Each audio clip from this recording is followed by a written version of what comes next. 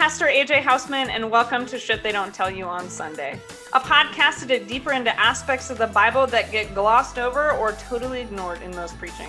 The Bible has a lot of parts that are racy, uncomfortable, and sometimes downright horrifying. Let's talk about it. Well, welcome this week to episode 16. Today our guest is Jack Jenkins, who is a national reporter for the Religion News Services in Washington, D.C., covering U.S. Catholics and the intersection of religion and politics. He is also the author of a new book that came out last year. Yes. Called American Prophets, The Religious Roots of Progressive Politics and the Ongoing Fight for the Soul of Our Country.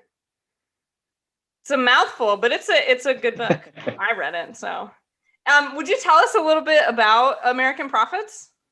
So first of all, hi everyone, I'm Jack. And secondly, yes. So technically it came out last year at the very beginning of the pandemic. It just came out in paperback.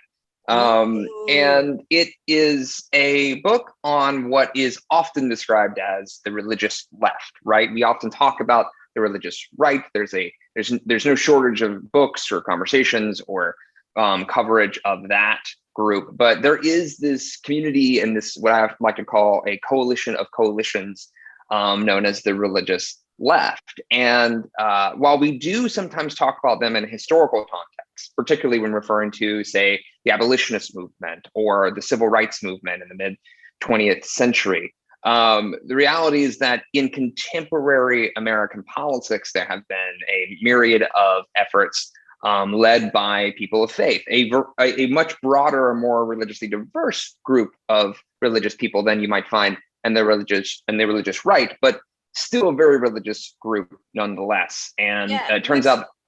Go ahead. Well, I was going to say, so, I mean, when you think about like what you read on the news and stuff, right? Like if you hear those secular Democrats and then you have, you know, the conservative Christians, right? And so like to recognize that is not the divide.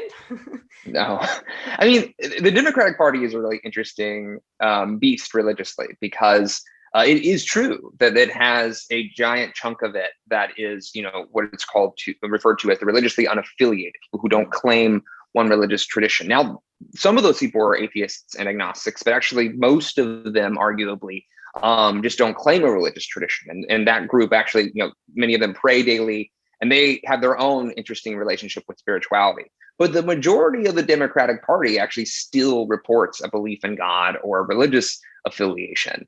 And some of them are actually more church-going than the average Republican. So the Democratic Party has underneath its umbrella some of the most and least religious people at the same time. And so Democratic politicians often are put in an interesting position of having to appeal to both at once. And that's just the electoral politics conversation. That's distinct from talking about activism and, you know, how these groups have impacted everything from the passage of the Affordable Care Act to environmental fights such as, you know, the Standing Rock, to protecting immigrants with things called the New Sanctuary Movement. And it turns out faith communities have played a crucial role in these things that are often referred to as like, you know, mainstay progressive or liberal concerns. It's these prominent religious leaders and activists that have been driving a lot of that.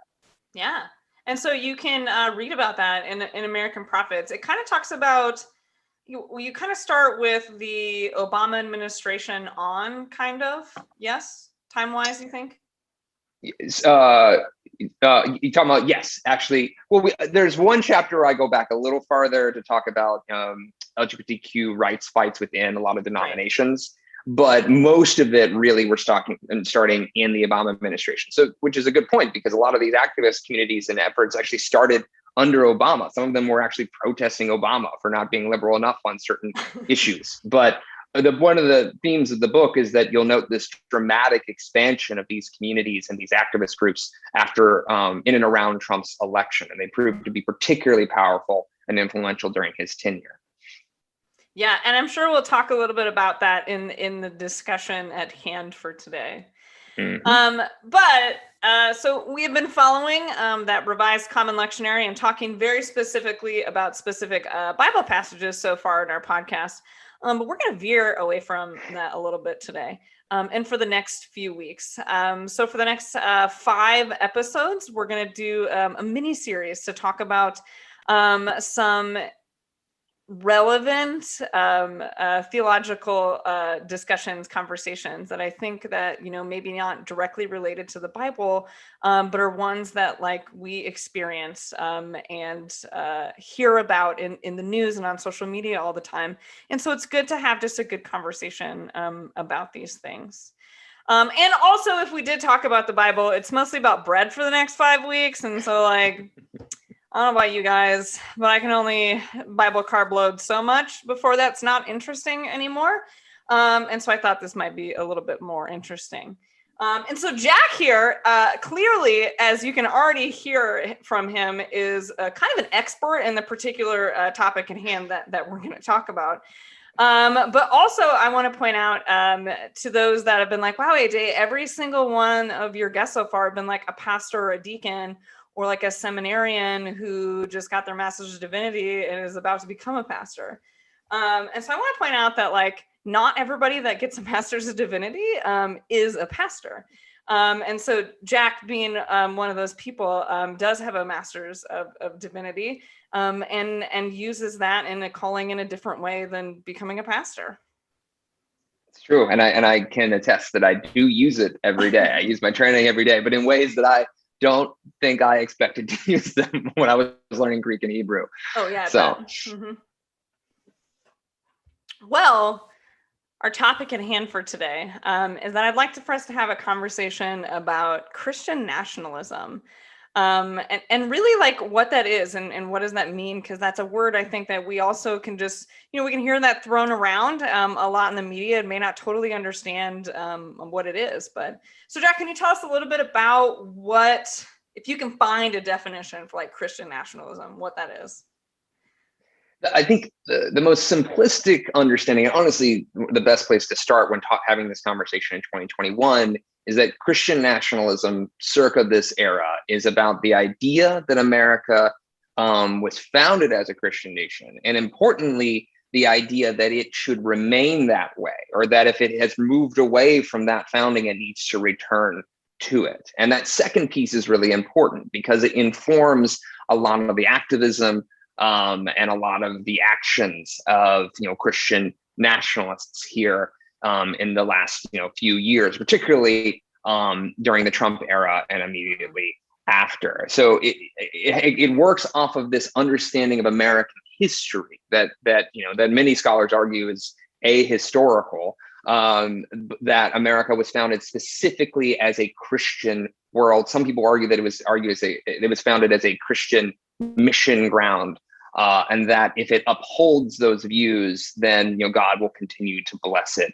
what have you. But that's the foundational principle I think that a lot of the rest of it hinges on.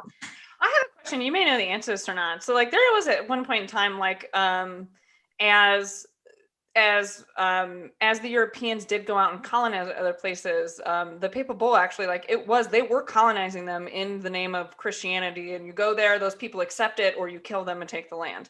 That's not what happened in the United States, correct? Well, so yes and no. Fun fact. So a few different things are true at once. It is absolutely true that the doctrine of discovery, which is the Papal Bulls you were referencing, I believe, as well as manifest destiny, obviously led to a lot of horrific things done in this country, particularly the westward expansion and the colonization effort. The part that gets complicated is this understanding that in the colonial era and in the revolutionary era, that all of the different groups that were fighting for the revolution, as it were, agreed that each other were Christians, which was not the case.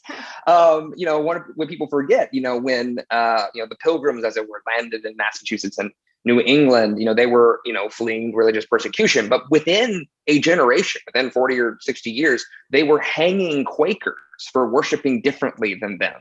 And that was pretty standard. So we had these different pieces up and along the East Coast of what was then the colonies, some of which were trying to model religious tolerance, others of which were vehemently the opposite of that, establishing state religions, mandating worship in certain ways and refusing to allow for other religious groups. And so this idea that America was a Christian nation around the time of the revolution presumes that these people thought each other were Christians. Fun fact, Thomas Jefferson particularly did not like Jesuits and Presbyterians for some reason. Those are his least favorite groups of religious people. He wrote about them and said pretty bad things about them. And of course, Jefferson himself, as a religiously interesting figure, often described as a deist. He had his own version of the Bible where he cut all the miracles. Again, all of this history often gets lost in a Christian nationalist's understanding of our founding.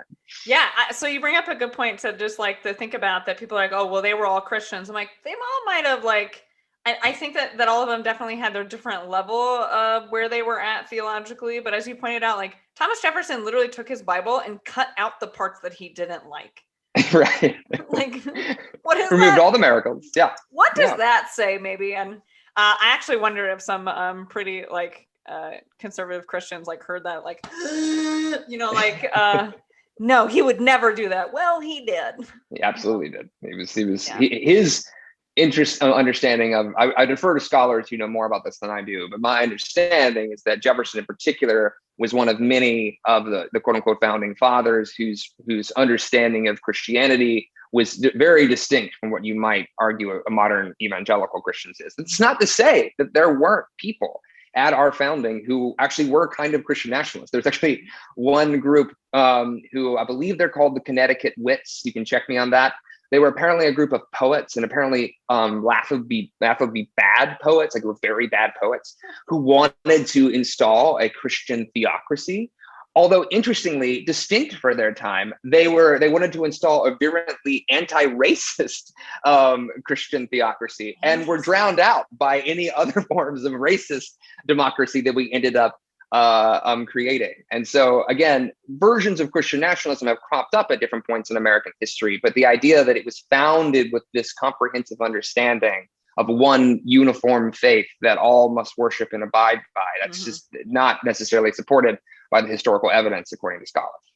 I mean, listen, if you can be mean to Quakers, there's already a problem, I think. I don't know how anyone can be mean to Quakers. Puritans were very mean to Quakers. Hard to say. Anyways, when can you say is like sort of the emergence of this more like modern Christian nationalist movement that we have? So a few different points, and cut me off if I get too long. During the 1800s, there were again homages to Christianity and Christian nationalism at different times, but it was kind of around the tail end of the 1800s, early 1900s, where we saw the rise of what we now know as the Ku Klux Klan, right? That was an overtly, unapologetically Christian nationalist movement. And I think it's important to point back to that because it had a very clear in-group, out-group idea, right? They would burn crosses on the yards of Black people, but also Catholics and Jews, and anyone else they decided was an out-group, but also envisioned a version of America that was exclusively like them, and clearly a vision of Christianity that they were trumpeting as like the true form. Around the same time, you saw different forms of this crop up in other places. And this is not a comparison I'm making, by the way. This is one that a scholar of the Holocaust made for me, which is that in Nazi Germany, there were iterations of Christian nationalism that emerged as well. Now, that was particularly attached to a central figure in that instance, which was, Hitler. And some people thought him as the second coming of Martin Luther, right? So that's particular German history of Christianity there. But it wasn't exclusively there, nor is religious nationalism, broadly speaking, a uniquely American phenomenon. But as we got past a lot of that, when we were in the 1930s and 1940s, fundamentalist Christians who had been in fights with liberal Christians, who were actually the ones who were the ascendant form of faith in politics at the time, they kind of lost, the fundamentalist Christians had lost in the public sphere a lot. They had lost some of their public battles. And meanwhile, the liberal Christians had championed something called the social gospel, which was this idea that, it was a critique of the Industrial Revolution in a lot of ways. It was calling out, workplace abuses and, economic distribution issues. And many people saw that as a threat to big business. And they were probably right to some degree. And I should note that the New Deal, the classic piece of liberal legislation, was apparent, according to historians, deeply informed by the social gospel. All of this is relevant because a group of big businesses and corporations got really frustrated by this theology and actually helped fund and organize a group that helped started pushing back against this. And it was a group of pastors, and they kind of handpicked certain pastors who, some of whom were kind of the proto mega pastors, as it were, some of the big, health and wealth pastors of their day. And this movement ended up, they printed sermons, they published them everywhere, and they would marry Christian identity and the American flag. The idea that to be American was to be Christian. And also that all of that led to pro-capitalism, right? Like that was also tucked in there. Well, of course, well. I'm not surprised for a second that this is all money driven. That's really just kind of how this country functions. Just assume that at any point in time, there's probably dollars driving the bottom line. Yes. And so I'm not surprised at all, which makes sense. I hadn't heard that before, but that makes total sense to me, how that would have started to get driven. Because you're right. If you think about a lot of the people that benefit from the system being the most conservative that it could possibly be are the people that have that money sitting there, and coming up with ideas that would push against that, and more egalitarian ideas, as Jesus did preach, right? Like, who did Jesus always preach again, right? The empire. Who are the people that are going to have the toughest time? The rich, right? And so, like, for someone to actually start pointing that out, that could be a big problem for those guys. And this is all chronicled in a book by Kevin Kruse. I believe it's called One Nation Under God. Again, check me. If you Google that, it'll come up. You're going to send me that in a message so that I can attach it to the episode so people can find it. Gotcha. And thank you. And it chronicles kind of the development of, I believe it was the spiritual mobilization movement was its title. And Kruse argues that it was the kind of the precursor to what became the religious right. And he predicates that on the idea that it was this group and it was this movement that kind of helped lead the way to changing, our national anthem, not the national anthem, the Pledge of Allegiance, to include that under God stipulation, right? One nation that get added? Under God. I believe it was 48. I'm not totally sure. Someone should check me. But it was in the 20th century, right? Like, that's not original. No, it is not original to the pledge. And it was added purely at trying to get these ideas kind of pushed forward. Well, and it was also couched in this sort of, Cold War anti-communism push, right? And so that's where this movement got a lot of energy, was that you're like, hey, if communism is associated with atheism, then we, the United States, should be associated with democracy and religious identity, particularly Christian religious identity. And so that ended up, in the 50s and the 60s in particular, fueling the development of a group of, churches and organizations and publications that not only countered liberal Christianity, right? So like the development of the publication Christianity Today was widely seen as a way to counter the liberal Christian publication, The Christian Century, and the development of several evangelical Christian, what we now understand as evangelical Christian colleges and universities and institutions were developed to kind of counter a lot of what we now call mainline Christian institutions. So fast forward to the 80s and the 90s, and the religious right begins to rise. And this is primarily around opposition to abortion and opposition to same-sex marriage. And those two issues in particular, now that the religious right had this whole infrastructure, they were able to exact power in the political sphere. And so that meant, public advocacy, the quote unquote values voters, the Faith and Freedom Coalition, all these organizations. Morality, the moral majority. Exactly. And so all of that, again, often trumpeted this idea of not in the most explicit form of Christian nationalism, but the idea that to be American was to be Christian was often suggested pretty heavily in a lot of this rhetoric, sometimes explicitly. So that sets the stage for George W. Bush's election, in the early 2000s, and how he was really benefited from evangelical Christian votes and support.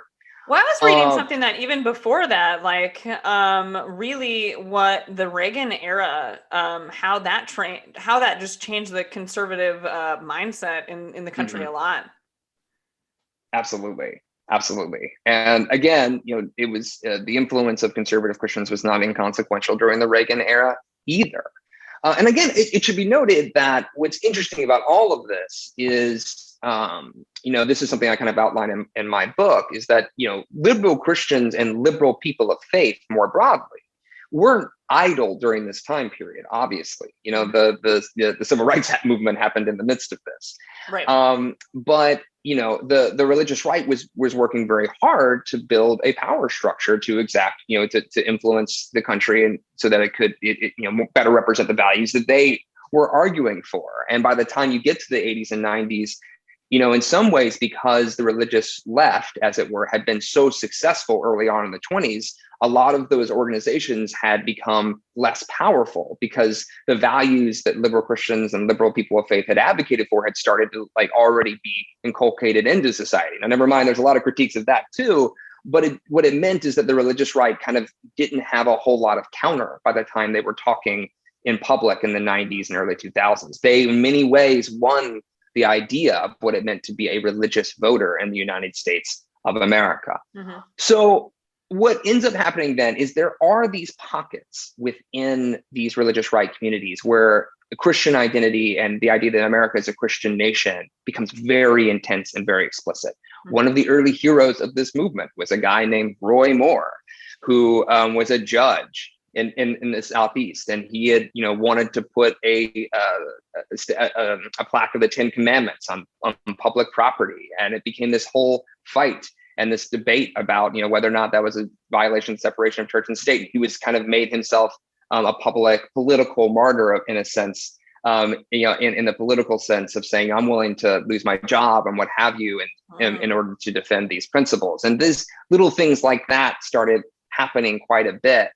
Now, of course, Roy Moore reappeared a few years ago when he was running for Senate in the state of Alabama, and he was a uniquely flawed candidate who was dogged by allegations of sexual abuse of minors, and ended up losing to a Democrat, installing a Democrat in the state of Alabama as a senator for the first time in quite some time. Wow. But he ran on an unapologetically Christian nationalist platform, and that that kind of Christian nationalism got even more accentuated in the early 21st century around in the aftermath of 9/11. That's what I was going to say. I was going to say, I know that so 9/11 is a benchmark that made some changes in Christian nationalism. And then again, we'll see another benchmark in changes as the religious right throws their weight behind Donald Trump purely as an opposition to the Obama era. Yes, that's a shorter version of that. Exactly, is this idea that well, now tell me more. So what happened to Christian nationalism post 9/11? So I mean, I think it is documented, is well documented in the aftermath of 9/11. Hate crimes against Muslim Americans skyrocketed, and even against people who, folks thought were Muslim, right? So minority groups in general suffered from this wave of Islamophobia. Question, because there's kind of there are many, I want to reflect on that. There are many different distinct parts of Islam, right? That they're not all just Muslims are not all the same. But one in which that I want to question for you that is a little bit separate, particularly is the African American Muslim community. Mm-hmm. I'm just curious, did they have the same impact as those of Middle Eastern descent? Were they also victims of as much anti-Muslim hatred? I don't know. I don't have the data for terms of as much. I do know it absolutely affected their community as well. Okay. And that's African American communities in general have a disproportionate impact of hate crimes to begin with. So compounding it all. Right. But they were not. It is absolutely true. They were not exempt from this wave of anti-Muslim sentiment, right? And so we saw this opposition to mosque building here in the United States. There were all these demonstrations from mostly conservatives when a new mosque would go up. And a big one. So there's now a mosque that is across the street from the 9/11 memorial. Yeah, right. I remember that. The Park's 41, Park 71. There's one of those two is the name of that mosque. Or it was there was a whole controversy around the building of that I'm discussing. But in general, and of course there were Muslims killed in 9/11 in the World Trade Center, right? Like this idea of what it meant to be an American, there was this whole dialogue, and actually, interestingly, George W. Bush actually did a lot of rhetoric against anti-Muslim hatred. He actually, as a president, did. There's some evidence to suggest he gave some speeches, and there was an impact of his speeches, to try to say, to be Muslim is to also be an American. But it didn't stop the fact that there was also this rhetoric, and this anti-Muslim movement that kind of often conflated American identity over and against a Muslim identity, and as part of that American identity, a Christian-centric identity. So, question with that too: where then is the intersection also of race? Because a majority of those that would kind of fall into this category of Christian nationalists are white. Right. And so this is something, so many people argue that you should refer to Christian nationalism as white Christian nationalism. Oh, okay. Because, and that argument is rooted in the fact that, the victims of extreme versions of Christian nationalism are disproportionately people of color and people who are not Christian. And, one thing that Christian nationalism in many of its forms obviously has been decried. There's a whole contemporary conversation about this, but many African Americans and African American scholars have argued, they've been decrying Christian nationalism since it existed, because it never fully included even their forms of faith early on, much less people who were African American. Again, the Ku Klux Klan is another example of a Christian nationalist entity. But in this contemporary context, right, I think there's a reason why, one of the most attention-getting, policy proposals that Donald Trump made during his 2016 campaign was he proposed banning Muslims from entering the country.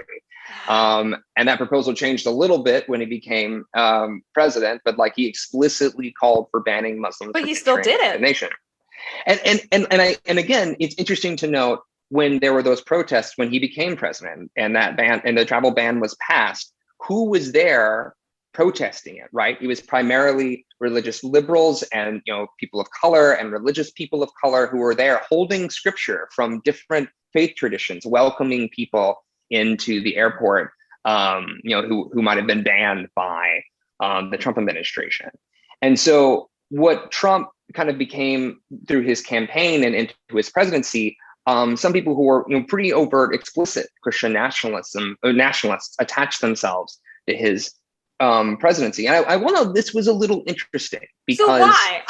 I'm curious about this. Why? I don't know if you can tell us a little bit more about why did Christian nationalism, white Christian nationalism, throw their weight behind Donald Trump, a person that, first of all, is a mainline Protestant. Not a very good one, as you well know. Also not anymore, but I'll come back to that. I want to hear about that.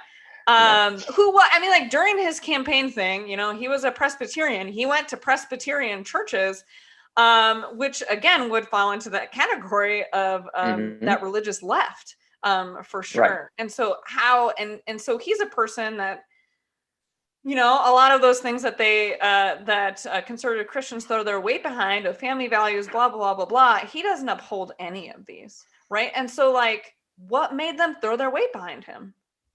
So a few things are true at once here. One is that it should be noted that Trump, the Presbyterians during his campaign, the Presbyterian Church USA, which was the denomination of the church he kind of grew up in, actually tried to kick him out of the denomination, but they couldn't because he's not actually a member of an APC USA church. Oh. And also, right after he was elected, there were two Presbyterian ministers that actually visited him at Trump Tower. And reporting from that moment indicates, reportedly, Trump did not know what it meant to be a Presbyterian. He was unclear about what they were. So he was a decidedly pretty unreligious person. Is that really what it comes down to? I mean, I think a point of comparison might be the current president, right, who goes to mass every week, sometimes multiple times a week.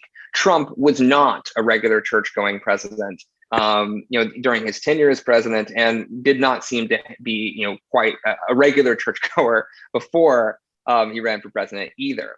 But so there's that one piece. A second piece is to note that one of the people that Trump will be able to reference, a faith leader that Trump would be able to reference pretty instinctively when asked, was Norman Vincent Peale.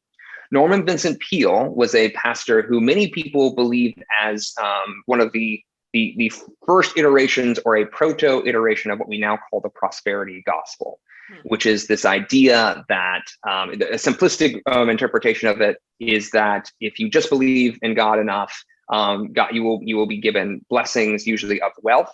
And manipulations of this theology even further often manifest as if you believe in God enough, you'll be given wealth. And in order to show that belief, you should give your money to the pastor. And some of the largest churches in the country are prosperity gospel churches. This is why we have pastors that have, $1 million jets and tote around some crazy fashion. Yes. And as you can imagine, and Norman Vincent Peale, by the way, was asked to lead that 1930s, 1940s era of spiritual mobilization movement. But Kevin Kruse, the author of that book, told me that it sounded like speculated that it sounded like he didn't take it, probably because he thought he could make more money selling his books. He had written a very successful book called The Power of Positive Thinking, or that he just didn't see it as worth his time. It's not clear why he turned it down. But I'll note that there's a connection here, right? And Trump had allied himself with some prosperity gospel preachers who historically had not been politically active. The prosperity gospel often kind of avoided politics. That was controversial and not necessarily good for the bottom line, metaphorically and perhaps practically for some of these churches. So, for instance, one of Trump's most trusted faith advisors was a pastor by the name of Paula White, who was widely labeled as a prosperity gospel preacher out of Florida. And these were people who had not participated really actively in politics before, but they assembled around Trump. And these were people he had hung out with, or at least aided in previous years. And for instance, Joel Osteen, who is another person that many people label as a prosperity gospel preacher. He has the largest church in America in Texas. And when he launched his Sirius XM radio station in 2014, one of the first guests was Donald Trump, right? So this was a community that Trump actually did have some access to. But then I feel like what's the real thrust of your question is, why would white evangelicals who had spent decades calling for, character among politicians or these sort of family values, throw their weight behind this guy who quite frequently would toss those away in terms of in his personal life before running for president? And the answer to that question isn't clear to anyone necessarily, like crystal clear. And since we don't have specific evidence, even ask everyone in particular, but we did have this interesting poll that was conducted a few years before the 2016 election and around the time of the 2016 election. And the first time the poll was conducted, white evangelicals, among other religious groups, were asked, if do you think the character of your elected official matters quite a bit? And I don't remember the specifics numbers, but it was something like 3/4 said, yes, this is actually really important. And only like roughly a quarter or a little bit more than that said, no, I don't think that's super important. By the time Donald Trump started running for president, that entire statistic flipped almost entirely on its head, where suddenly among white evangelicals, that was it was no longer important, the personal character. That's super hypocritical for people who seem to want to manage everyone else's morality in their own personal households. Well, this was an interesting debate because there were evangelicals who came out very strongly against Trump. Russell Moore is a classic example, who ran the political arm of the Southern Baptist Convention, an entity that some people thought he would often label as part of the religious right. But he was one of Trump's biggest critics early on. But as it turned out, that cadre of white evangelicals who were deeply critical of Trump did not have the influence of the greater expanse of this population. And when we're talking about Christian nationalism, it is often white evangelical, but not exclusively. It also includes white Catholics or even some other groups that resonate with this identity. Well, and I think that there are people, at least in a lot of mainline Protestant churches, there's still people sitting in your pews, no matter what you're preaching from the pulpit, that would agree with some of these ideals. Right, and that is not. I mean, Trump did pretty well with white mainliners too. Yeah. His support among white mainliners fluctuated much more than it did around, and with white Catholics, it fluctuated much more than it did with white evangelicals, but he still enjoyed various levels of support with both of those groups. And so what was interesting is that when Trump started running for president, it looks like many people argue that there was this sort of transactional relationship with him among conservative Christians, where he said, look, I'm going to oppose abortion, and I'm going to hold the line as much as I can on LGBTQ rights, basically saying that I will endorse campaigns by conservative Christians that LGBTQ rights advocates say are just chipping away at their rights. And a big part of that was him saying, I'm definitely going to appoint conservative judges, either to the Supreme Court or to the federal bench. And he did all of those things. And he promised he was going to do them. And he was the candidate who was doing really well. So there's an element to where he had this transactional relationship with this community. But I don't think it should be ignored that there was a couple of sociologists, Andrew Whitehead and Samuel Perry, who conducted some polling data and found that I believe the number one, outside of party identity, right, and antipathy towards Islam, outside of those two categories, the biggest indicator of support for Trump was support for Christian nationalism. And I think this is important to understand because Christian nationalism doesn't necessarily have a theology. It's an identity. It's a way of seeing oneself and the world. And the fact that Christian nationalism in these polls that these sociologists conducted also seemed to correlate with disproportionate opposition to refugees, to immigrants, right? To Muslims, and all of these things that seem to fit within Trumpism, particularly during his 2016 campaign. All of that adds together to a coalition that doesn't seem to match perfectly with what the religious right was preaching in the 1990s, but does overlap a lot with what Christian nationalism had been preaching, whether or not the religious right was letting it preach it the loudest or not for several decades. Yeah.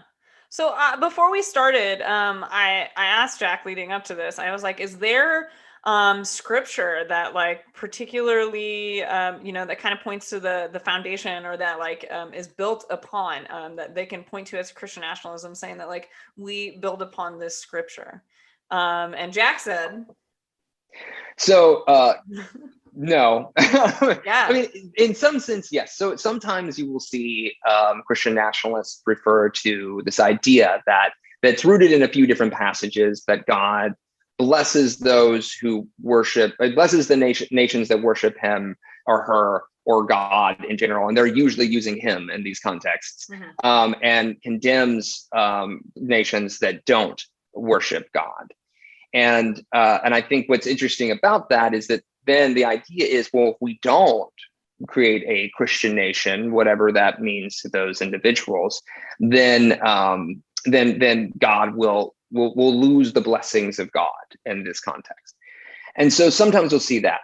You also saw a few different references to Trump in particular when people would root his ascendancy in scripture. So ironically, you found several kind of stalwart Christian nationalist faith leaders would argue that Trump's moral failings, that they would categorize that way, are actually evidence of God's favor, that he is like biblical figures like Cyrus, who might have been flawed, but that God can use imperfect vessels for great godly things. So as long as Trump was still saying the things that aligned with the greater religious right agenda, then he's just an instrument of God. And then others would reference Romans, where God, the scripture that people have long argued means that people that are leaders are ordained by God. So once Trump is elected, that was God who was doing that. In fact, Robert Jeffress, who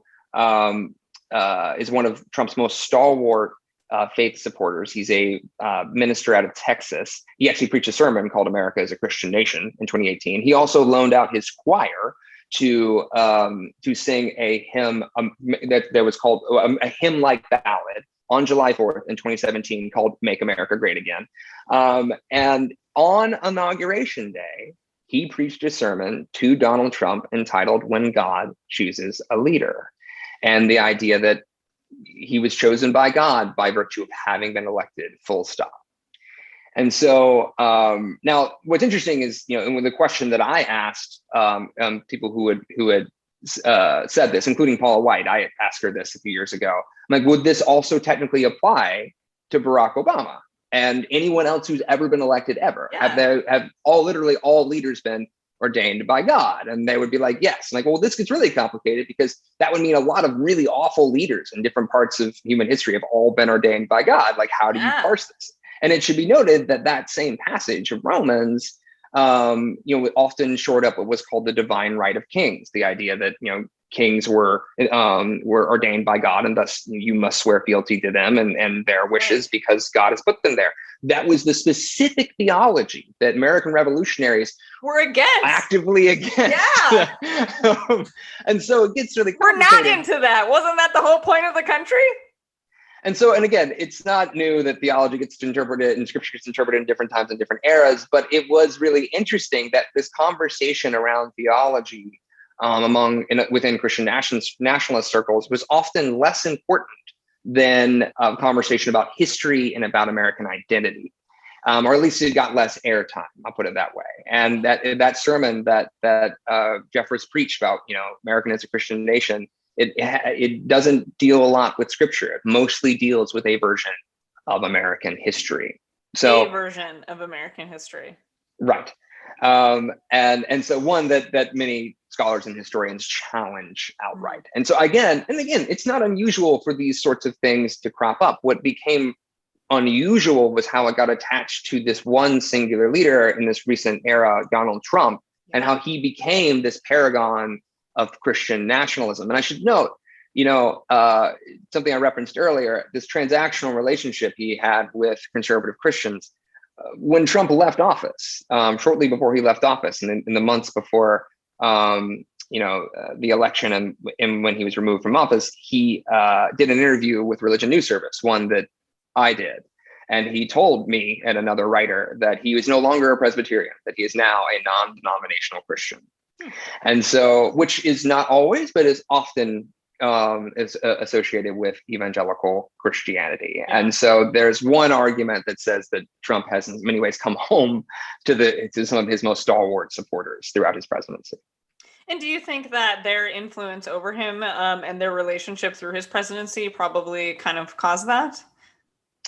I can't speculate about the president's personal faith decisions. I will say that, some of his most stalwart supporters throughout all of his scandals were evangelicals, right? Like in the wake of Charlottesville, this has always stuck out to me when, Trump made the infamous both sides argument, referring to counter demonstrators and white supremacists that marched there.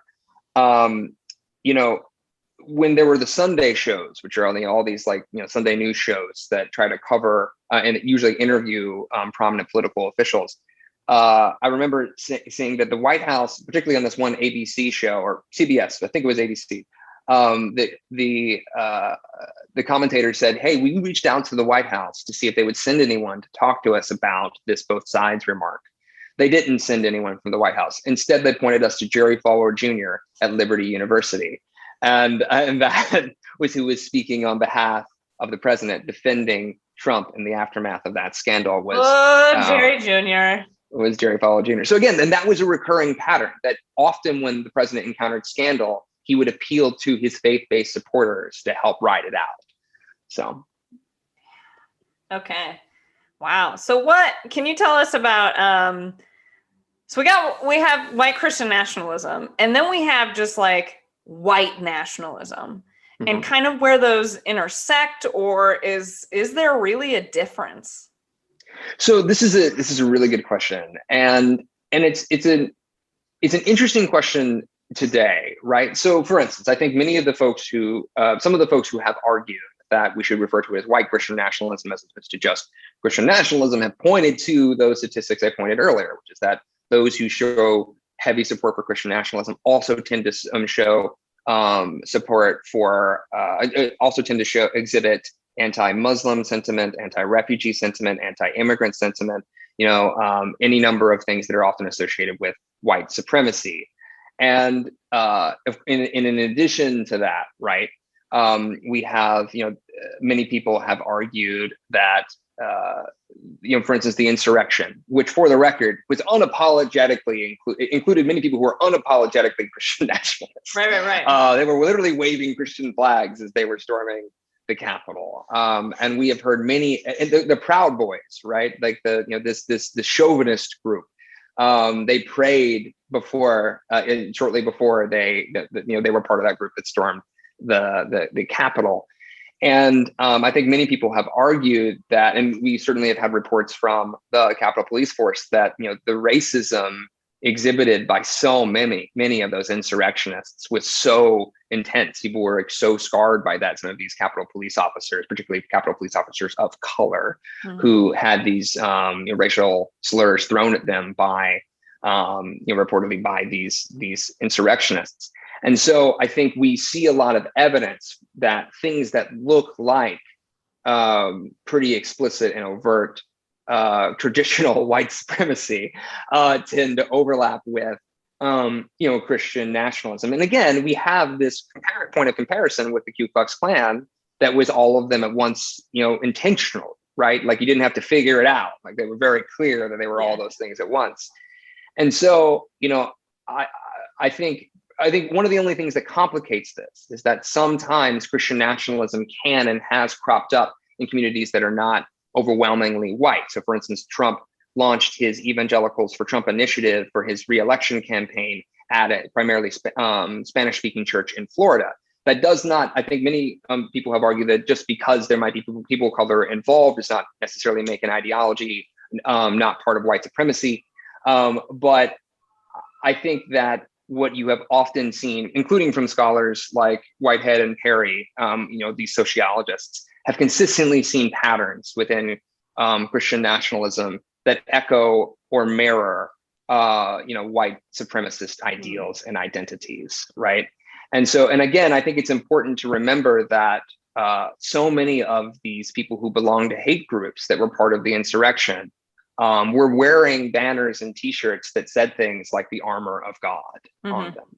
And so that these things aren't cleanly extricable from each other, that you can just like cleave them into different categories, that it is far more overlap than I think some of the leaders of the movement would want to admit. Yeah. And so, I mean, it was very clear, right? Like they thought what they were doing was God's work, right? That God clearly had ordained this one man to be president. And, the language about the election being stolen, right? And so that's what happened, right? Because there was so much voter fraud that the Democrats stole this election from God, right? Not just from them, not just from Donald Trump, but somehow that this was stolen away from God. And tied it to their Christian identity that way. I mean, for me, there's that when insurrectionists stormed the Senate chamber, right? There's that video of the so-called QAnon shaman, Jacob Chansley, who's a complicated religious figure on his own. I will say that. He led a prayer in the Senate chambers, and he was surrounded by people who stopped what they were doing and lifted up their hands in prayer. And some of those people who were there have been almost explicitly Christian nationalists, or explicitly Christian nationalists in their rhetoric, and resonated deeply with that prayer. One of them did an interview that night in which he said that that prayer represented so much of what the movement, quote unquote, was to him. And so I think, we had people praying as they entered the chambers. There was one flag that got waved a lot, an appeal to heaven, which is what it says, and it has a tree on it. It comes from the American Revolution, but it was waved pretty frequently at Christian nationalist gatherings. For instance, the Jericho March, that was, a religious gathering on January 5th. Around the Capitol, where people processed around the Capitol, wanting hoping that the walls, I guess metaphorically, would tumble down, and give Donald Trump the election. You would see that flag quite a bit. And I think all of that leads to this pattern that while not every insurrectionist had the exact same faith, there seems to be a running trend of, a Christian nationalist identity. I should also note that there's a lot of overlap with this and the QAnon movement. That's a whole separate podcast. We can not get into QAnon right now, or we will be here all day. But I mention it only just to say this, which is that prophecy is really important in QAnon, and there's a whole element here that we haven't discussed around charismatic and Pentecostal Christians who have been very prevalent in this Christian nationalist movement, and prophecy is very important for them as well. And so while Scripture is a reference point, they interpret it live, in the moment by, often proclaiming that they have received a prophecy of what is to come. And so they are in conversation with Scripture, but that prophecy, matters quite a bit to them in a way that is different from what you might find in, say, a mainline Christian church. Right. Yeah, that's totally different. Question though. So moving with what I would say is kind of the current issue with what we're seeing kind of unfold with Christian nationalism and how it's taking place in our political system, is the need of those who feel that the election was stolen from God to put legislation in place to restrict voting rights. Right. So that there are the larger conservative movement has a lot of different moving pieces, right? There's a lot of different players involved in that effort, and some who might have stormed the Capitol are not necessarily the same ones who are advocating for restricting voting rights or removing early voting hours, what have you. That having been said, it's noteworthy that some of the strongest voices coming out against these sweeping, like a slate of voting rights bills across often the Southeast, are some of the greatest critics are Black church leaders, right? So the AME denomination has threatened to boycott businesses in the state of Georgia who don't come out against this bill and support a federal legislation like the For the People Act, which just this past week did not get a vote for debate in the Senate, as well as the John Lewis Voting Rights Act. And that, I just come back from covering a protest in DC yesterday where William Barber, who runs the Poor People's Campaign, was calling for these bills to be passed, and for pushing back against these bills that are trying to restrict voting rights at the state level. And he represents the Poor People's Campaign. One of the 5 foundational tenets of the Poor People's Campaign is opposition to religious nationalism. And I bring that up because one of the interesting phenomenons about the rise of Christian nationalism during the Trump era is that rising against it has been this religious left, this progressive religious community constantly decrying it. And that includes Black church leaders, that includes Sikhs and Muslims and Jewish groups, that includes, liberal Christians as well. And there's like a whole group called Christians Against Christian Nationalism that has come out. There is a group that decried Christian nationalism as a heresy. Barber himself has implied as much, or at least, if not said as much explicitly, at least suggested heavily that religious nationalism tends to be in the heretical camp to him.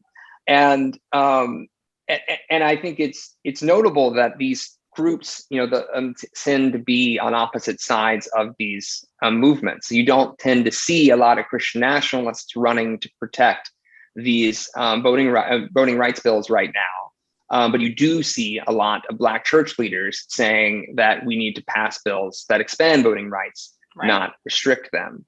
Well, right. And so that's, so then the, critics of what happened in Georgia, right? So this is why, Georgia went blue, because some real groundwork, grassroots level effort was done to help African-American voters get to the polls, or help them be able to learn about how to mail-in vote, these sorts of things, so that they could vote, right? Mm-hmm. And now all of a sudden, the conservative legislators in Georgia were like, oh crap, we went blue because the Black people voted.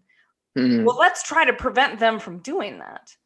And it's not just, and so now there are other states that are starting to kind of to take this on, Florida being one, and then also about Texas. I have said this a lot this year, and so and clearly they know it too in Texas, which is why they're trying to pass these kinds of laws. Because I said Texas is going to go blue soon, and once it does, a Republican's never going to be president again. And I will say that anxiety within conservative circles is real. The idea that if you lose Texas, like if Texas and California are both blue, it was too it was too close for comfort for those conservative leaders. Can I in some of my reading today about this, because I did do a little homework, even though of course Jack has done most of the talking, but he does this professionally, so it's probably more to hear from him than it would be from me. But Paul Weyrich, who's the co-founder of the Moral Majority, in a 1980s speech to a group of evangelical leaders, pointed this out right away, this thing about voting rights. And he said, now many of our Christians have what I call the Gugu syndrome, the good government. They want everybody to vote. I don't want everybody to vote. Elections are not won by a majority of people. They have never been from the beginning of our country, and they are not now.